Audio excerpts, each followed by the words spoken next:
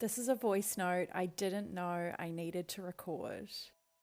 Welcome to the part of the podcast where I put the astrology books down and pick up the mic. I've never been great at slowing down. To be honest, with an Aries moon, it can mess with my entire mood. But over the years, I've learned that moving constantly and at an unrealistic pace isn't just unhelpful, it's actually detrimental, especially to my nervous system, my creativity, and my joy. Now, I wouldn't call myself type A, but as a Virgo sun in the first house, let's just say I'm disciplined. If I say I'm going to do something, I'll definitely do it. And I'll go to the edge of the earth to make it happen. So, in my world, rest is the ultimate act of rebellion. What you might not know is that once a week, I spend an entire day at home. No phone, no calls, and definitely no conversations. It's just me doing whatever my heart desires. It's one of the most luxurious things I do for myself. But 2024 demanded even more space. With Neptune and Pisces opposing my natal Mercury and Virgo, I just needed room to breathe, to feel, and to listen. And at first, it was really confronting. Neptune dissolves the edges, it softens your structure. So, after a few years of what can only be called a hustle era, I had to give my nervous system a long, deep exhale and a big cosmic hug. That's actually what led me to start teaching meditation and gentle breath work. Not just to share my love of rest and wellness, with a little astrology in there, of course, but to slow down with the people I serve. It started small for me, guiding others into their practice, but I was essentially deepening my own. Now I can't imagine a day that doesn't start with meditation. Most mornings I begin with a heart chakra track at 343 hertz, and it drops me into the frequency of openness, softness, and receiving. I've linked it for you in the show notes below. But here's what slowing down has taught me about power. When you rush your next chapter, you really build the foundation to hold it. I've been doing this work for almost 7 years now, and those first 3 to 4 years were the hardest.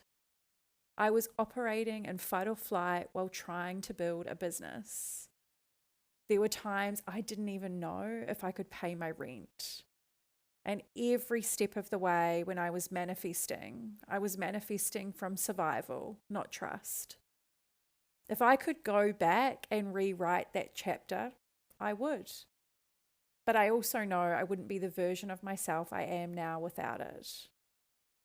Over the last 2 years, I've made a conscious choice to move differently, to slow down, to create more space, to fill in the gaps I'd neglected in my health, my joy, my relationships, and more importantly, my sense of self. And from that space, I've become more magnetic. I've been able to hold more clients, more writing, more creative energy. And the money?